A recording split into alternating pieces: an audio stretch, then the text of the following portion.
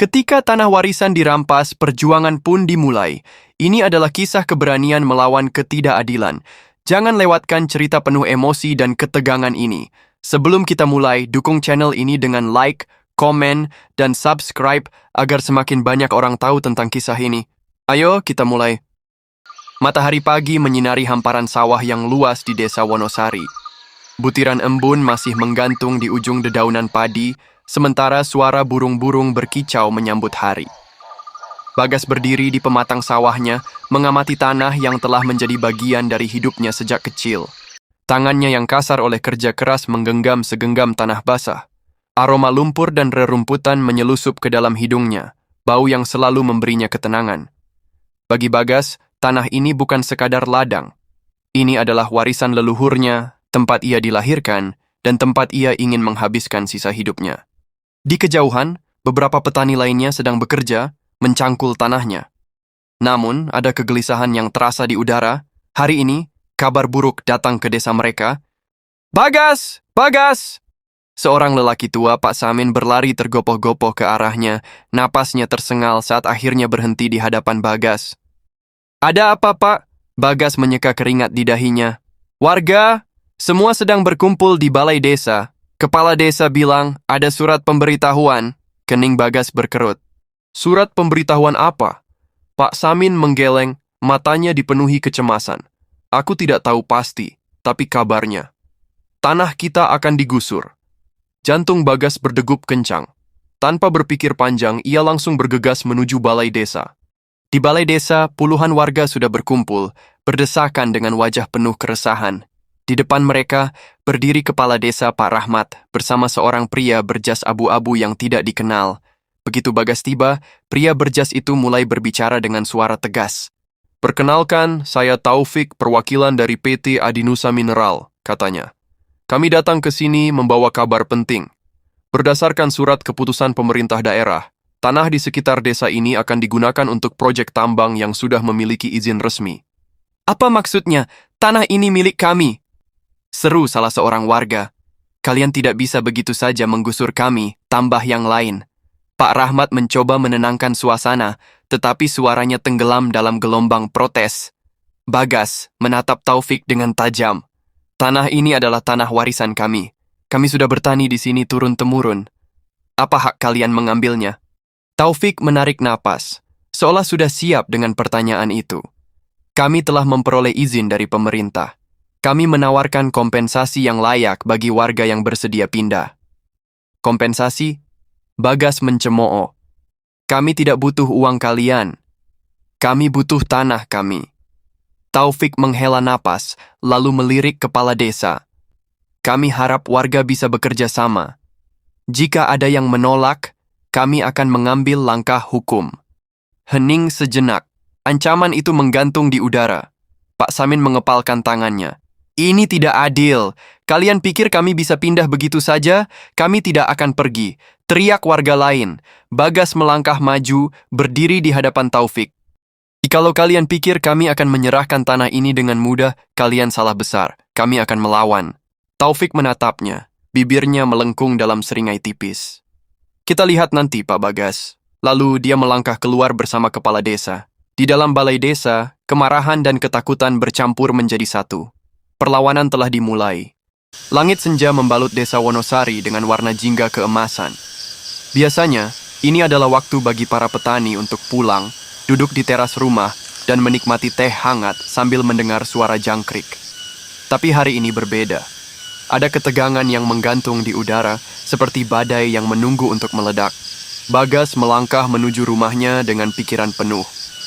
Perkataan perwakilan PT Adinusa yang tadi masih terngiang di kepalanya. Ancaman halus itu tidak bisa dianggap enteng.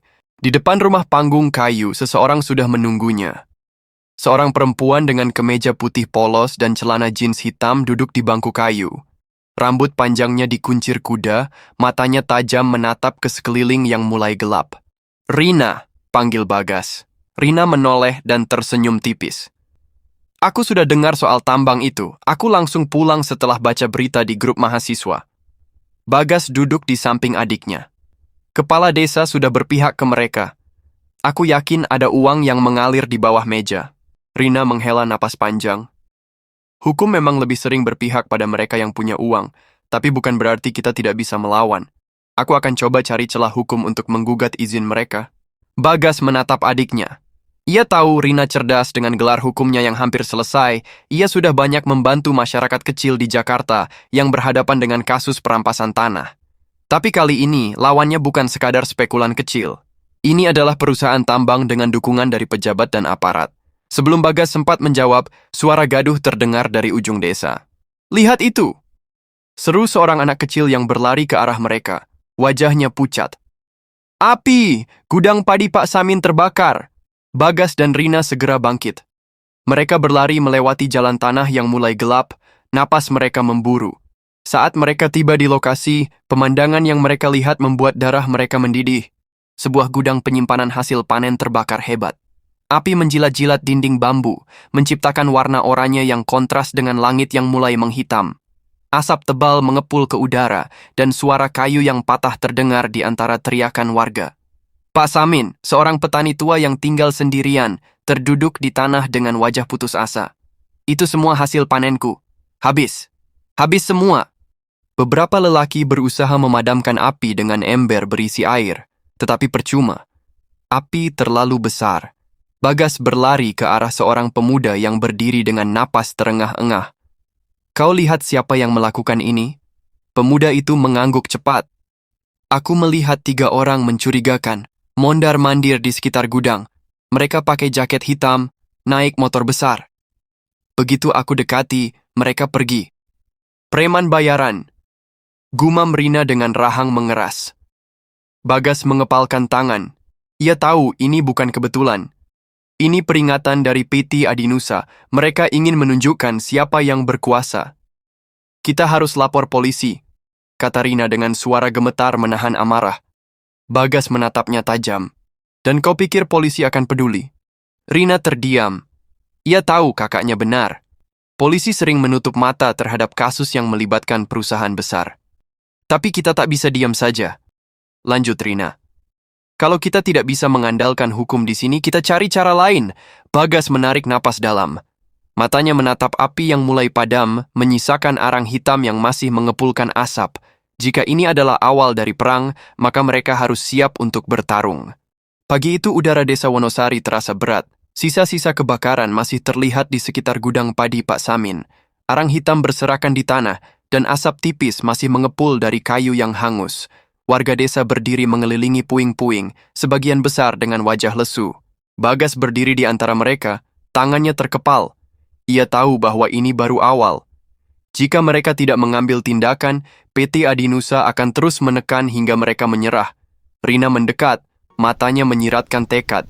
"Kita harus melaporkan ini ke polisi. Setidaknya, biar ada catatan resmi." Beberapa warga saling berpandangan ragu. Seorang bapak tua menghela napas. "Kau pikir polisi akan peduli, nak? Mereka sudah lama bekerja sama dengan orang-orang tambang." "Kita tetap harus mencoba," jawab Rina tegas. "Kalau kita diam, mereka akan berpikir kita takut." Akhirnya, Bagas, Rina, dan beberapa warga pergi ke kantor polisi kecamatan. Kantor itu kecil dan tua, dengan cat yang mulai mengelupas di dindingnya. Beberapa polisi berseragam duduk malas di meja masing-masing, mengobrol dan menyeruput kopi. Seorang petugas berbadan tambun menatap mereka dengan malas dari balik meja. "Ada perlu apa?" "Kami ingin melaporkan kasus pembakaran gudang padi di desa kami," kata Rina. Polisi itu menaikkan alisnya, lalu tertawa kecil. "Pembakaran? Ada saksi?" "Ya, ada beberapa warga yang melihat orang asing berkeliaran di sekitar lokasi sebelum kejadian," kata Bagas. Polisi itu mengambil buku catatan dan mengetik sesuatu di komputernya dengan lambat. "Baik, kami catat. Tapi untuk penyelidikan, kami butuh bukti yang lebih kuat. Ada rekaman CCTV?" Bagas mengerutkan dahi. "CCTV? Desa kami bahkan belum punya listrik 24 jam penuh." Polisi itu mengangkat bahu. "Kalau begitu, sulit. Laporan ini akan kami teruskan, tapi jangan berharap banyak." Rina mendekat ke meja, suaranya dingin. "Bukankah tugas polisi melindungi rakyat? Atau hukum di sini hanya berlaku untuk yang punya uang?" Wajah polisi itu berubah sedikit kesal. "Kami bekerja berdasarkan prosedur, Nona. Dan saya sarankan kalian tidak menuduh tanpa bukti. Kalau tidak ada lagi yang mau disampaikan, silakan pergi. Bagas mengepalkan tinjunya, tetapi Rina menahannya. Sudah, kita pergi, bisiknya. Saat mereka berbalik, seorang pria berpakaian preman yang duduk di sudut ruangan menatap mereka dengan senyum sinis. Bagas bisa merasakan ada sesuatu yang tidak beres. Di luar kantor polisi, Rina menghela napas panjang. Mereka jelas tidak berniat membantu kita. Tidak hanya itu, gumam Bagas. Mereka mungkin sudah diberitahu oleh PT Adinusa. Baru saja mereka melangkah menjauh, sebuah mobil hitam melaju pelan dan berhenti di depan mereka. Jendela turun, memperlihatkan wajah seorang pria berkemeja putih yang pernah mereka temui sebelumnya, perwakilan PT Adinusa. Ia tersenyum tipis. Sulit, ya, melawan sesuatu yang lebih besar. Bagas menatap tajam. Kami tidak akan menyerah. Pria itu terkekeh. Kalau begitu, jangan salahkan kami jika keadaan semakin buruk. Kalian tahu, desa kecil seperti ini. Kadang orang-orangnya bisa hilang begitu saja tanpa jejak. Mobil itu melaju pergi, meninggalkan debu yang mengepul di jalanan tanah. Rina menatap kakaknya, wajahnya tegang. Mereka mulai bermain kotor. Bagas menghela napas berat. Kalau hukum tak bisa kita andalkan, kita harus mencari cara lain. Matanya menyapu desa ke arah orang-orang yang masih ketakutan. Ia tahu, jika ingin menang, mereka harus mengubah strategi. Mereka butuh bantuan dari luar. Malam itu, angin berembus dingin di desa Wonosari. Rina baru saja hendak tidur ketika suara keras mengejutkannya. Sesuatu menghantam dinding rumah, disusul suara pecahan kaca di ruang depan. Bagas berlari keluar dengan senter di tangannya. Rina menyusul. Di halaman, mereka melihat batu-batu berserakan. Salah satunya terbungkus kertas. Dengan hati-hati, Rina membukanya. Pergi sebelum kalian menghilang. Bagas mengepalkan tangan. Ancaman ini semakin nyata. Sejak insiden itu, Bagas merasa diawasi.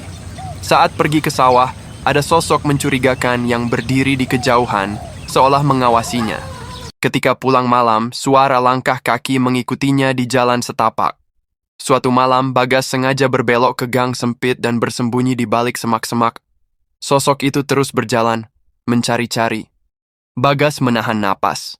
Saat cahaya bulan menerangi wajah orang itu, ia mengenali pria bertato yang pernah mengancamnya. Bagas menggeram. Preman bayaran PT Adinusa. Pagi berikutnya, suasana desa semakin mencekam. Seorang warga, Pak Wiryo, tidak pulang sejak kemarin. Ia pergi ke kota untuk bertemu pengacara, tapi tidak kembali, kata istrinya dengan suara gemetar. Warga mulai berbisik ketakutan. Jangan-jangan dia sudah, jangan bicara sembarangan. Potong Rina tegas, meski hatinya ikut diliputi kecemasan. Namun, sebelum siang berlalu, jawaban mengerikan datang. Di tepi sungai, beberapa anak desa menemukan sesuatu yang mengapung. Mayat. Bagas dan beberapa warga berlari ke lokasi. Begitu melihat tubuh yang terbujur kaku dengan luka lebam di wajahnya, detak jantungnya berhenti sesaat. Pak Wiryo.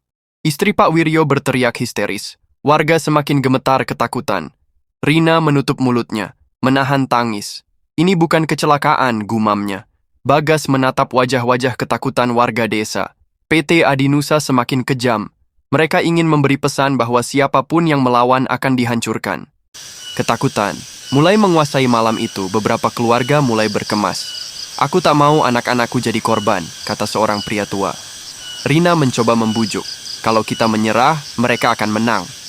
Tapi ketakutan sudah menguasai warga. Satu persatu rumah menjadi gelap. Tak ada lagi suara protes. Tak ada lagi perlawanan. Bagas memandang keluar rumah. Desa yang dulu penuh semangat kini dipenuhi ketakutan. Rina menggertakkan gigi. Mereka harus melakukan sesuatu sebelum semuanya terlambat. Keesokan paginya, Bagas dan Rina duduk di ruang tengah rumah mereka, membahas langkah selanjutnya. Rina terus mengetik di laptopnya, sesekali menghubungi orang-orang yang bisa membantu mereka.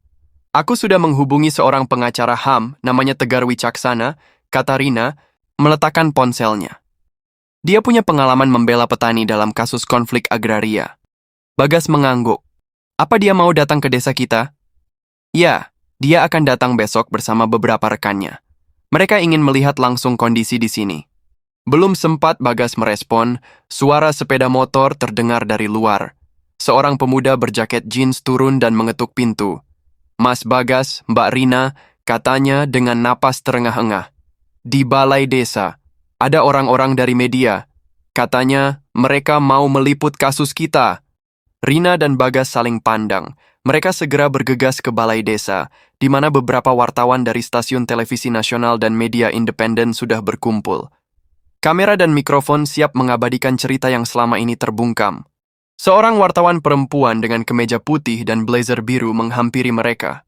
Saya Nadia, jurnalis dari Suara Rakyat. Kami mendengar ada konflik tanah di sini, dan ingin mendengar langsung dari warga. Bagas menatap orang-orang yang mulai berkumpul.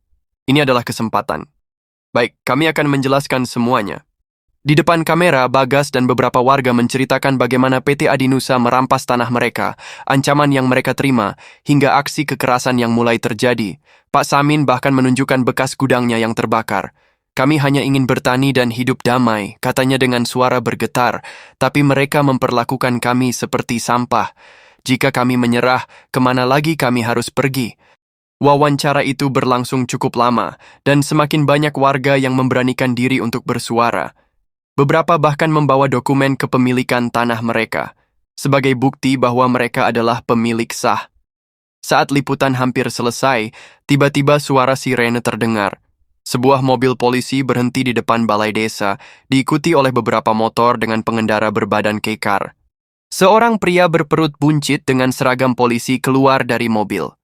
Di belakangnya, pria berkemeja putih yang pernah mengancam Bagas tersenyum sinis. Kalian menyebarkan berita palsu, kata polisi itu dingin. Kami mendapat laporan bahwa warga di sini menyebarkan fitnah terhadap PT Adinusa. Bagas maju selangkah. Kami hanya menceritakan kebenaran. Kalau begitu, kalian bisa buktikan di kantor polisi, sahut pria berkemeja putih. Kami akan membawa beberapa orang untuk dimintai keterangan. Nadia, wartawan dari Suara Rakyat, segera berdiri di depan mereka. Kami jurnalis independen, dan kami sudah merekam semua bukti di sini. Jika ada tekanan terhadap warga, kami akan menyiarkannya di seluruh negeri. Polisi itu tampak ragu. Ia menoleh ke pria berkemeja putih yang kini tampak kurang nyaman dengan kehadiran media. Rina maju ke depan. Kalau kalian mau membawa kami, pastikan ada alasan hukum yang jelas. Jika tidak, maka kalian hanya menunjukkan kepada publik bahwa kalian bekerja untuk korporasi, bukan rakyat. Suasana tegang, warga mulai berbisik-bisik, sementara kamera wartawan tetap menyala. Akhirnya polisi itu menggeram. Kami akan menyelidiki lebih lanjut. Tapi jangan pikir perlawanan kalian akan berjalan mulus. Mereka pun pergi, meninggalkan suasana yang masih panas. Rina menghela napas lega. Setidaknya, media sudah melihat semuanya. Nadia tersenyum. Jangan khawatir. Setelah berita ini tayang, tekanan terhadap pemerintah akan semakin besar. Kalian tidak sendirian.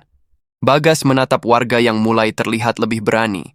Untuk pertama kalinya dalam beberapa minggu terakhir, ia merasa mereka tidak lagi berjuang sendirian. Cahaya kecil telah muncul di tengah kegelapan. Malam itu, Rina dan Bagas duduk di beranda rumah dengan ekspresi kosong. Semua jalan seakan tertutup. Namun, sebuah pesan masuk ke ponsel Rina, nomor tak dikenal. Jika ingin tahu kebenarannya, temui aku di gudang tua dekat pasar tengah malam ini. Rina menatap layar dengan ragu. Mas, ini jebakan. Bagas membaca pesan itu dengan saksama. Atau mungkin satu-satunya petunjuk yang kita punya. Dengan hati-hati, mereka pergi ke gudang yang dimaksud. Di sana seorang pria berdiri di sudut remang-remang. Pak Rahmat, kepala desa. Kalian benar, bisiknya. Aku menerima suap dari PT Adinusa. Darah Rina berdesir. Kenapa baru bicara sekarang? Pak Rahmat menghela napas berat. Awalnya aku hanya diberi sedikit uang agar tidak ikut campur. Tapi ketika aku mulai ragu, mereka mengancam keluargaku. Bagas mengepalkan tangan. Jadi kau membiarkan tanah ini dirampas? Aku tidak punya pilihan, jawabnya lirih. Tapi kalian masih bisa menyelamatkan desa ini. Ada dokumen di kantor kecamatan yang membuktikan bahwa izin PT Adinusa penuh dengan kecurangan. Jika kalian bisa mendapatkan itu, kalian mungkin punya peluang. Rina menatap kakaknya. Ini belum selesai. Keesokan harinya, suasana desa Wonosari berubah drastis. Setelah liputan media nasional menayangkan kisah mereka, banyak aktivis, mahasiswa, dan pengacara HAM mulai menghubungi Rina. Dukungan mulai mengalir, baik dalam bentuk moral maupun rencana strategi perlawanan. Di rumah Bagas, Belasan warga berkumpul, berdiskusi dengan tegar wicaksana, pengacara HAM yang baru tiba dari Jakarta bersama timnya. Dengan kemeja putih yang digulung hingga siku, pria berusia 40-an itu berbicara tegas di hadapan warga. Kita harus bertindak cepat. Berdasarkan dokumen yang Rina kumpulkan, ada indikasi izin tambang PT Adinusa bermasalah. Jika kita bisa mengajukan gugatan, kita bisa menekan pemerintah untuk mencabut izinnya. Seorang petani muda, Joko, bertanya, "Tapi apa cukup dengan gugatan? Mereka sudah pakai preman untuk mengintimidasi kita."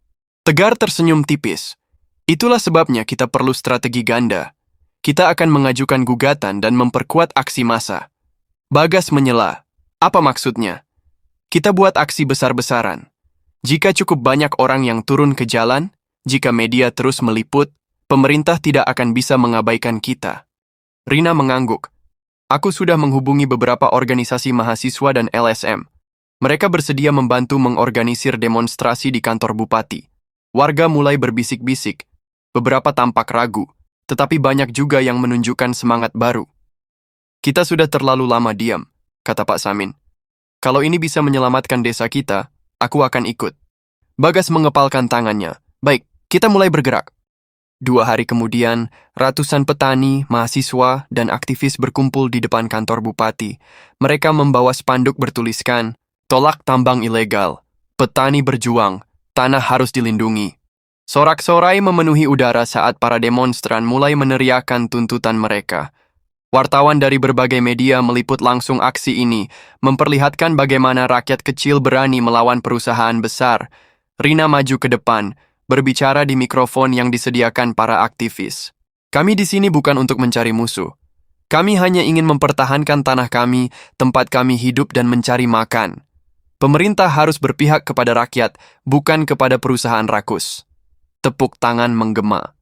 Namun, tidak lama setelah itu, sekelompok orang berbadan kekar datang dari arah yang berlawanan.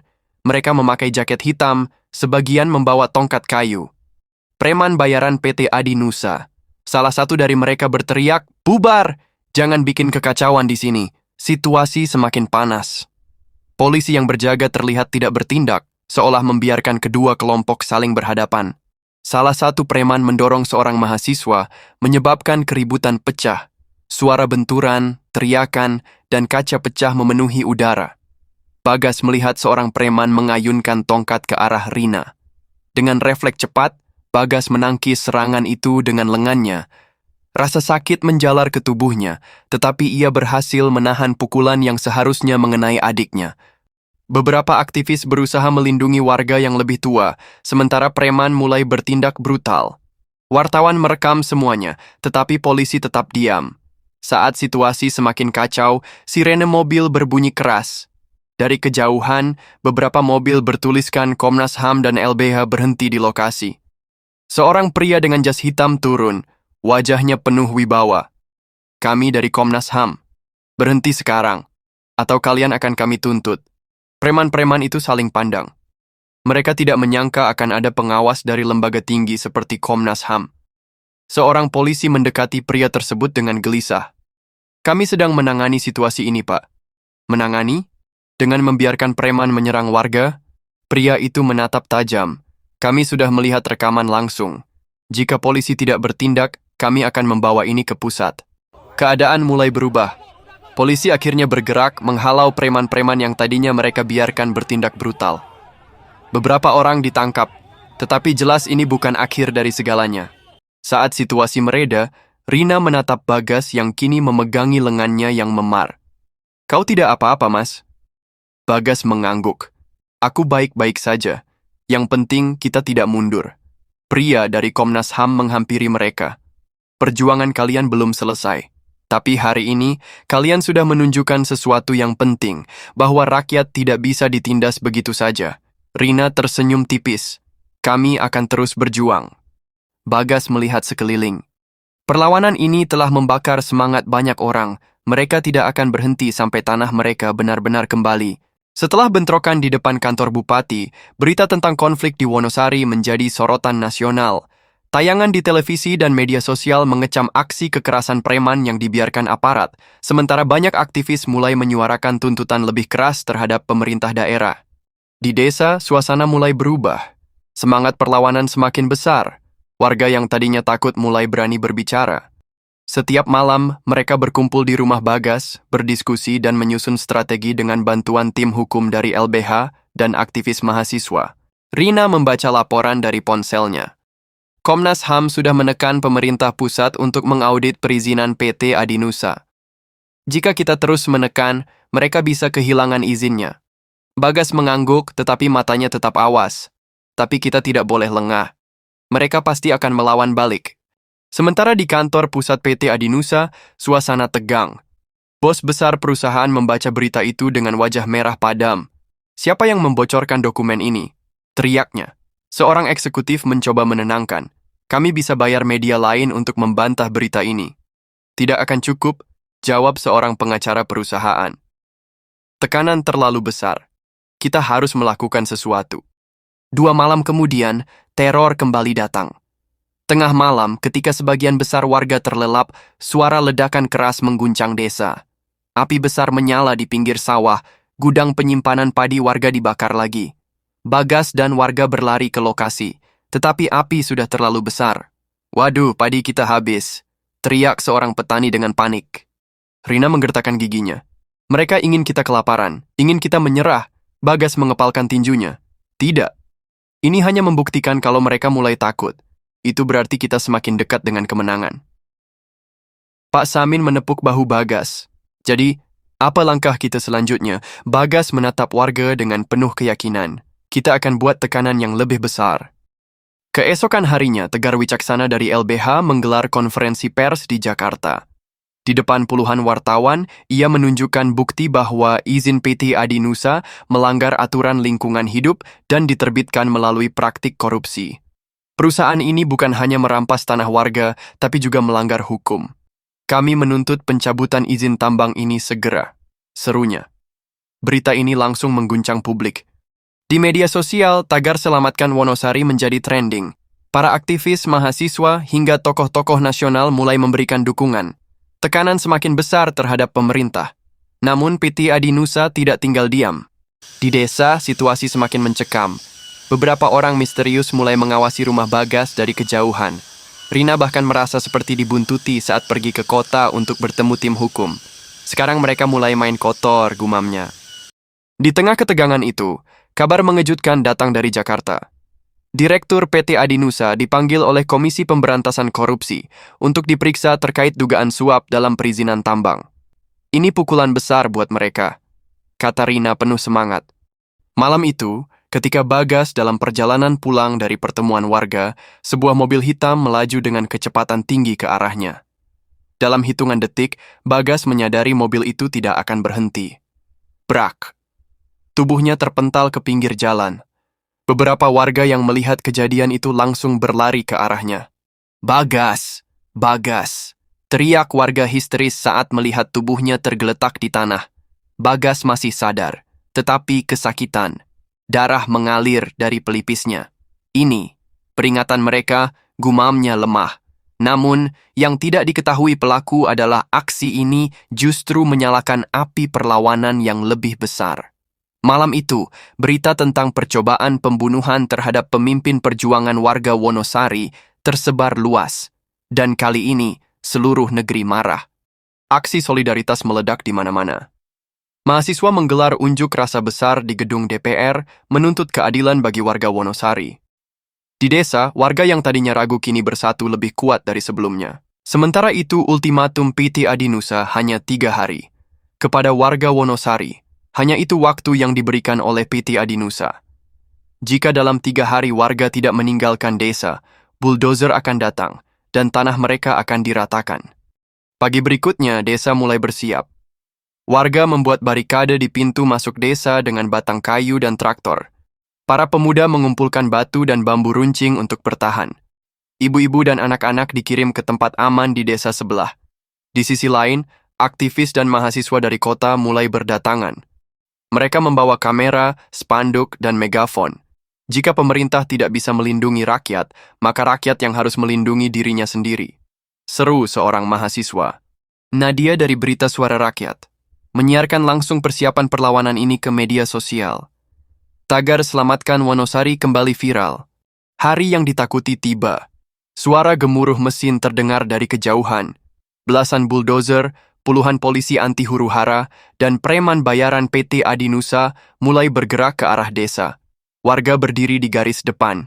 Bagas maju selangkah, menatap pemimpin aparat yang memakai helm anti peluru.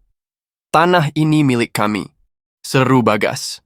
"Silakan pergi, atau kami akan bertindak tegas," sahut Komandan Polisi dingin. "Kami tidak akan pergi," balas Rina lantang. Bulldozer mulai bergerak. Saat roda raksasa itu hampir menyentuh tanah sawah, seorang pemuda melempar batu. Bentrokan pecah. Gas air mata ditembakkan ke arah warga. Warga membalas dengan lemparan batu dan bambu runcing. Mahasiswa mengibarkan spanduk besar bertuliskan "Tanah untuk rakyat, bukan korporasi."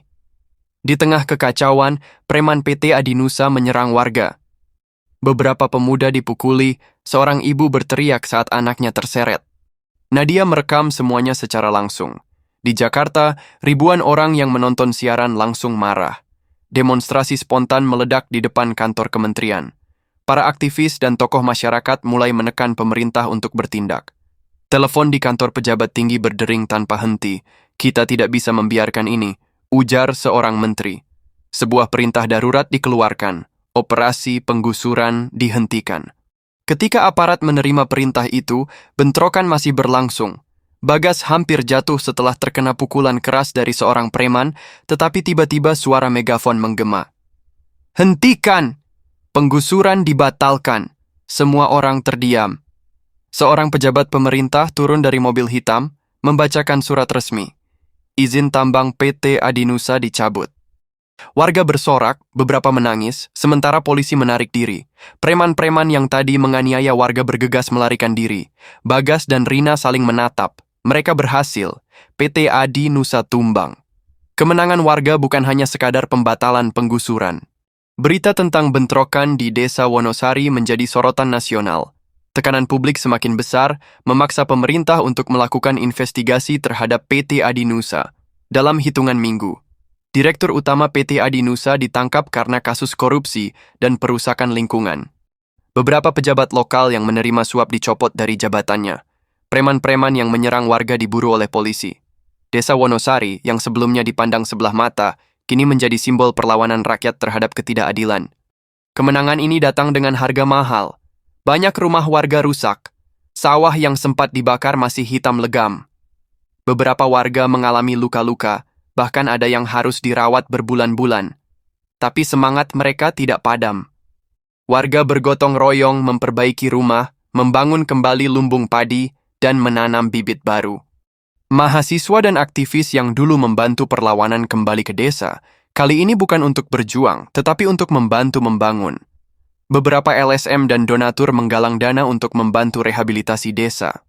Setelah semua yang terjadi, Rina tidak bisa kembali ke kehidupannya yang dulu. "Aku tidak bisa hanya duduk di kelas dan belajar hukum, Mas," katanya pada Bagas. "Aku ingin menggunakan ilmu ini untuk membantu desa lain yang mengalami nasib seperti kita." Bagas tersenyum. "Aku bangga padamu, Rina." Beberapa bulan kemudian, Rina resmi menjadi pengacara HAM, memperjuangkan hak-hak rakyat kecil. Sementara itu, Bagas tetap di desa, memimpin kelompok tani dan memastikan Wonosari tidak lagi menjadi sasaran perusahaan rakus. Setahun setelah kemenangan mereka, Desa Wonosari resmi dinyatakan sebagai kawasan konservasi pertanian. Tidak ada lagi perusahaan tambang yang bisa masuk. Banyak desa lain yang mengalami kasus serupa mulai belajar dari perjuangan mereka.